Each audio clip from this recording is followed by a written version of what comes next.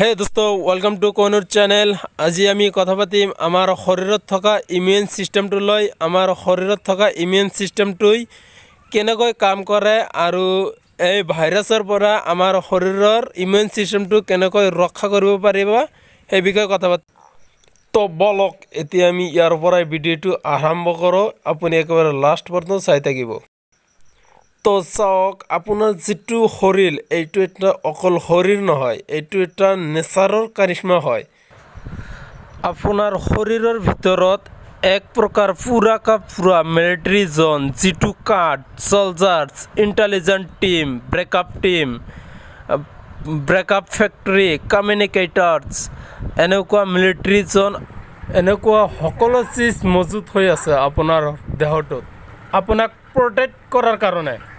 আৰু ইয়াৰ কালেক্টিভলিক immune system বুলি কোৱা হয়। ৰোগ প্ৰতিৰোধ কৰাৰ কাৰণে আপোনাৰ শৰীৰৰ ভিতৰত বাহিৰৰ কোনো এজেণ্ট যেনে বেক্টেৰিয়া, ভাইৰাছ আৰু ফাংগি, যেতিয়া এই বস্তুবিলাক আপোনাৰ শৰীৰত প্ৰৱেশ কৰে তেতিয়া ইমিউন সিস্টেম ফুল পাৱাৰত কিটিন কৰি থাকে।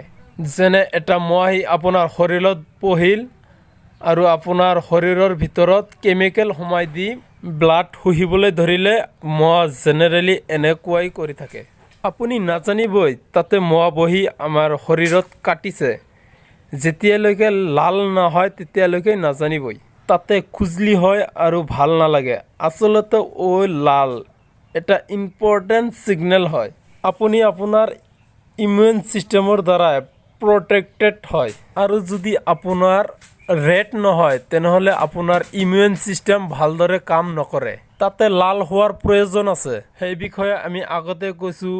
ইমিউন ছিষ্টেম এটা চাইন হয়, যাৰ বিষয়ে আমি আগতেই কৈছোঁ। এটা চাইন আছে আপোনাৰ ইমিউন ছিষ্টেম ভালদৰে কাম কৰি আছে। ইমিউন ছিষ্টেমে আপোনাক ইনফেকশ্যন, ইলনেছ আৰু ডিজিজ এই সকলোৰ পৰাই বচাই ৰাখে।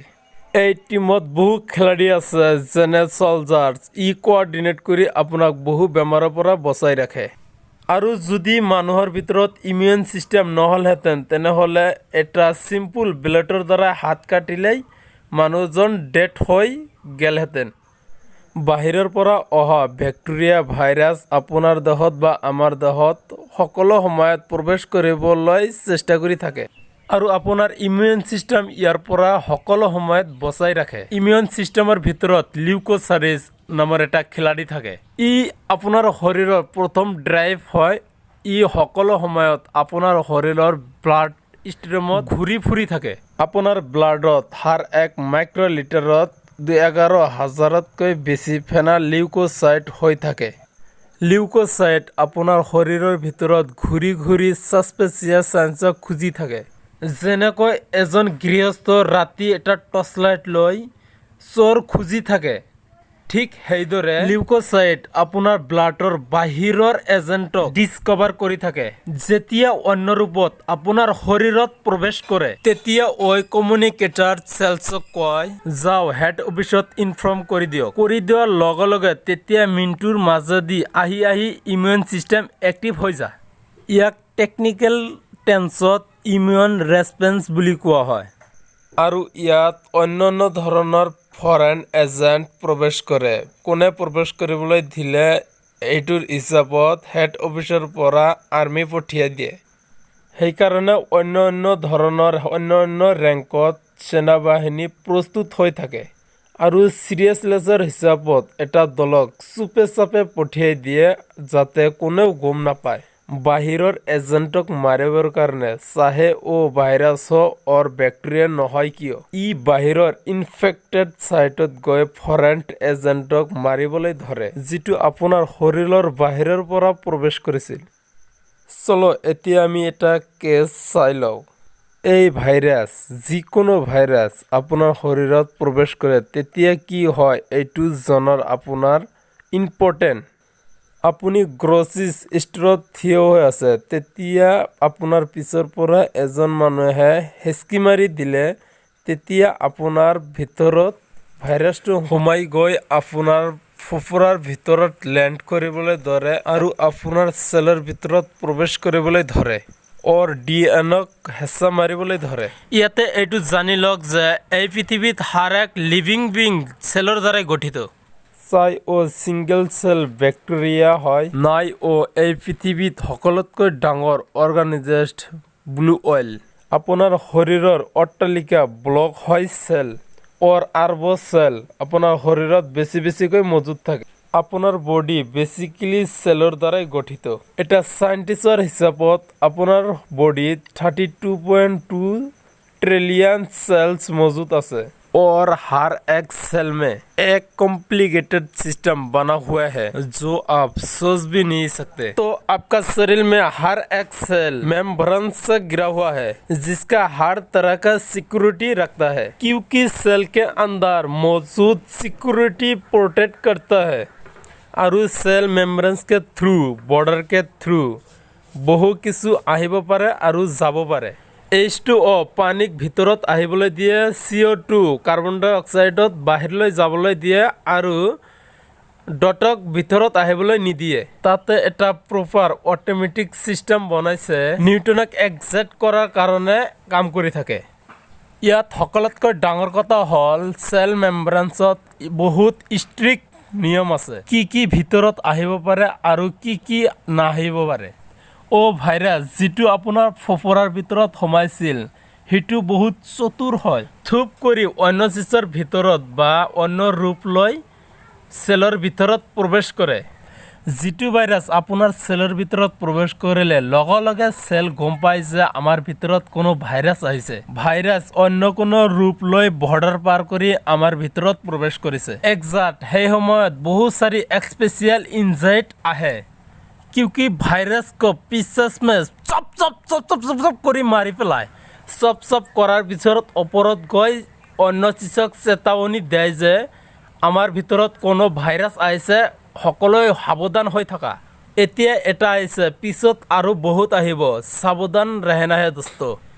এই চেতাৱনী শুনি বাকী পৰখী চেলছবোৰে সাৱধান হৈ থাকে আৰু লগতে তুৰন্ত একশ্যন মোডত গুচি যায়। তুৰন্ত ভাইৰাছ বাউণ্ড এণ্টিবডিজক বনাবলৈ ধৰে। ভাইৰাছ বাউণ্ড এণ্টিবডি এটা এনেকুৱা বস্তু হয় যাৰ দ্বাৰাই ভাইৰাছ মাৰিবলৈ সুবিধা হয়। ভাইৰাছ বাউণ্ড এণ্টিবডিক এটাক কৰি মাৰিব পাৰে।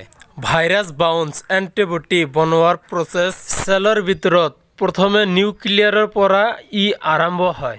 আপোনাৰ সকলো চেলৰ ভিতৰত নিউক্লিয়াছ থাকে, তাৰ ভিতৰত আপোনাৰ ডিএনএও থাকে, কিন্তু কিতাপৰ দৰে হৈ থাকে। ভিতৰত কিতাপৰ দৰে কিবা লেখা থাকে, সেই লেখা দেখি চেল নৰ্মেল হৈ কাম কৰিবলৈ ধৰে। চেলৰ কাৰণে এটা গাইড বুকৰ দৰে হয়। ইয়াত এইটো লেখা থাকে যে যেতিয়া ভাইৰাছ এটা ভিতৰত আহি যায় তেতিয়া ভাইৰাছ বাউণ্ড এণ্টিবডি কেনেকৈ বনাইছে।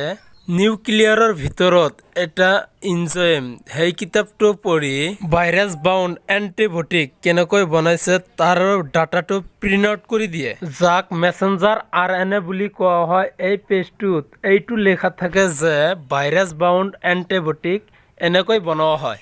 এক ইনজাইম মেছেঞ্জাৰ RNA সেই পেপাৰটোক লৈ নিউক্লিয়াৰ পৰা বাহিৰ হৈ চেলৰ ভিতৰত এটা ৰাইব'জম নামৰ এটা ফেক্টৰীত লৈ যায়।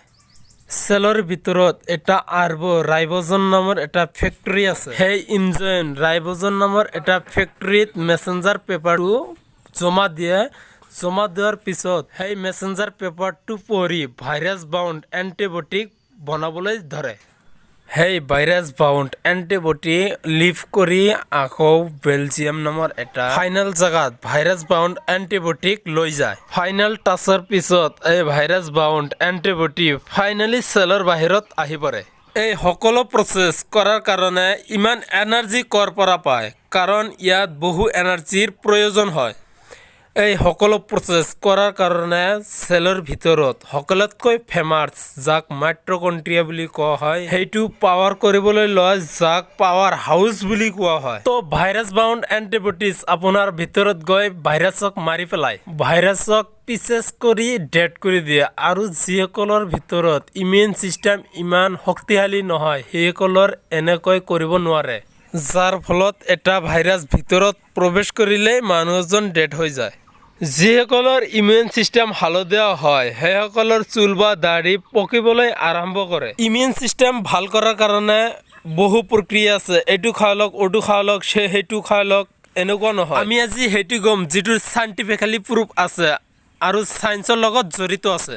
কেঁচা চব্জি বা কেঁচা ফল মূল খোৱা, স্মকিং নকৰা, বডি হেল্ডি ৱেইট মেইনটেইন কৰা, অভাৰ লিমিট নকৰা, লগতে শ্লিপ টোপনি ঠিকমতে হোৱা। আমি ইনফৰ কাৰণে এইটো কৈছোঁ। এই আৰ্টিকেল WHO অৰ্থাৎ ৱৰ্ল্ড হেল্থ অৰ্গেনাইজেশ্যনত পাব্লিছ কৰা হৈছিল। তো এনেকৈ আমাৰ বডিটো কৰোণা ভাইৰাছ বা বেক্টেৰিয়া বা যিকোনো ভাইৰাছৰ পৰা এনেকৈ ৰক্ষা কৰিব পাৰে। তো এনেকৈ আমাৰ ইমিউন ছিষ্টেম কাম কৰে। এই ভিডিঅ'টোৰ পৰা কিবা জানিলে বুজিলে শিকিলে তেনেহ'লে ভিডিঅ'টো এটা লাইক কৰক আৰু বন্ধু বান্ধৱীসকলে শ্বেয়াৰ কৰক। একেবাৰে লাষ্টত আমাৰ চেনেলটো ছাবস্ক্ৰাইব কৰিবলৈ নাপাহৰিব। এইখিনিতে আজিলৈকে বাই বাই, জয় আই অসম।